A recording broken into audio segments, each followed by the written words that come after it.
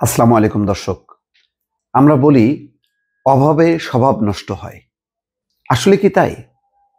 নাকি স্বভাবের কারণে অভাব হয়? কথাগুলো কেন বলছি?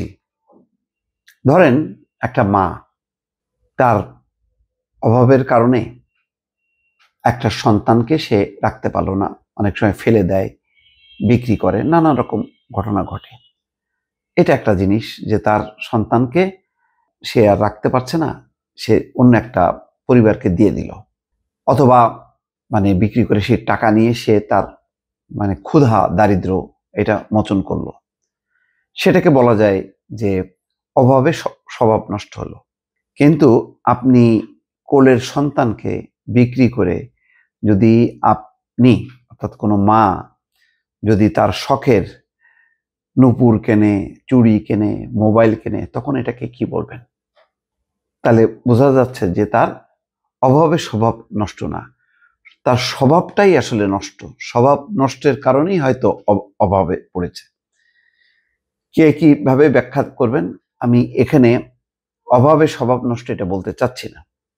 সন্তানের বয়স মাত্র 4 মাস, আর সেই সন্তানকে 40,000 টাকায় বিক্রি করে পায়ের নুপুর, নাকের নথ, শখের মোবাইল কিনেছেন মা। কি বলবেন?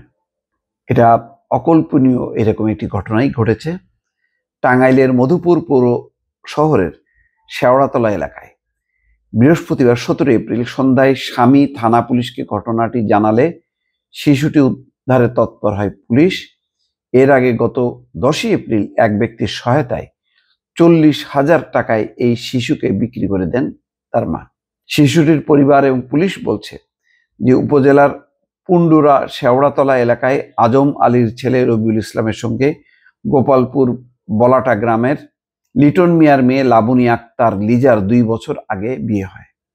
ফেসবুকে পরিচয় সূত্র ধরে তাদের এই বিয়ে। তাহলে ফেসবুকের পরিচয় সূত্র ধরে যদি বিয়ে হয়ে থাকে, তাহলে কি বলা যাবে যে খুবই দরিদ্র, একেবারে অভাবে পড়েছে? সেটা কি বলা যাবে? বলা যায় না। তার মানে তারা ফেসবুক যখন চালাতে পারে তখন তারা মোটামুটি একটা স্ট্যান্ডার্ডে আছে। আচ্ছা, বিয়ের কিছুদিন পর থেকেই রবিউলের অসচ্ছলতার কারণে স্বামী স্ত্রীর মধ্যে মনোমালিন্য দেখা দেয়।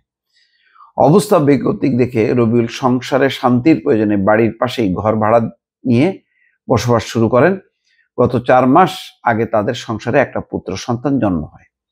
সম্প্রতি সময় সেই সন্তান বিক্রি করে দেন মা। পরে বিষয়টি জানাজানি হলে পুলিশের সহায়তা নেন রবিউল। রবিউল বলেন, আমাদের ছেলে তামিমের জন্মের পর থেকে সংসারে শান্তি নেমে আসে। অল্প কয়েকদিন আগে লাবণী আমার ছেলে তামিমকে নিয়ে লাবণীর বোনের বাড়ি ভুয়াপুরে যায়। কয়েকদিন পর বাড়িতে আসতে বলে লাবণী দুর্ব্যবহার করে, আমার সঙ্গে ঘর সংসার করবে না বলে সাফ জানিয়ে দেয়। এক পর্যায়ে সে সন্তান বিক্রির বিষয়টি আমাকে জানায়। পরে কৌশলে লাবণীকে ভুয়াপুর থেকে পাকুটিয়ায় ডেকে এনে ধরে বাড়ি নিয়ে আসি। শিশুটির মা লাবণী আক্তার লিজা বলেন, আমার মাথা ঠিক ছিল না। আমি মনির নামের একজনের সহযোগিতায় 10 এপ্রিল সিরাজগঞ্জের এক লোকের কাছে 10,000 টাকায় তামিমকে বিক্রি করেছি। ওই টাকা দিয়ে মোবাইল, পায়ের নুপুর এবং নাকের নথ কিনেছি। এটা ভুল করেছি। থানার ওসি বলছেন, লাবণী নামের এক মা তার ছেলে বিক্রি করেছে বলে আমাদের জানিয়েছে। শিশুটি উদ্ধারের প্রয়োজনীয় ব্যবস্থা নেওয়া হচ্ছে। কি বলবেন এটাকে? মা তার 4 বছরের সন্তানকে বিক্রি করলো। যদি অভাবই থাকতো তাহলে সে স্বামীকে বলতো যে এই অবস্থা, বা পরিবারের অন্যকে বলতো, কিন্তু কাউকে না বলে সে বিক্রি করে দিল। এটা আমার ধারণা যে এক ধরনের মস্তিষ্ক বিকৃত বা এডিকশন আছে, যে এমন এডিকশন সে হয়তো চিন্তা করেছে যে এই সন্তান হয়তো তার বোঝা হয়ে যাবে, সুতরাং সে এটাকে মুক্ত হলো, স্বামীর সঙ্গেও সংসার করবে না। এরকম কোনো সাইকোলজিক্যাল একটা ইমব্যালেন্স তার ভেতরে আছে। অথবা বলা যায় যে স্বভাবটাই তার নষ্ট হয়ে গেছে, সেটা অভাবের কারণে এটা বলবো না, বরং সামাজিক অবক্ষয়, পরিবেশের কারণে তার স্বভাব নষ্ট হয়েছে। সেটাকে এখন মানে কেউ বলতে পারে অভাবে স্বভাব নষ্ট।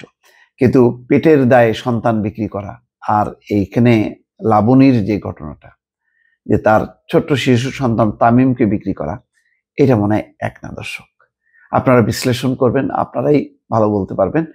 মানে এই রিপোর্টটা বা আমার এই বয়ান শুনে আপনাদের কি মনে হচ্ছে? ভালো থাকবেন। আল্লাহ হাফেজ।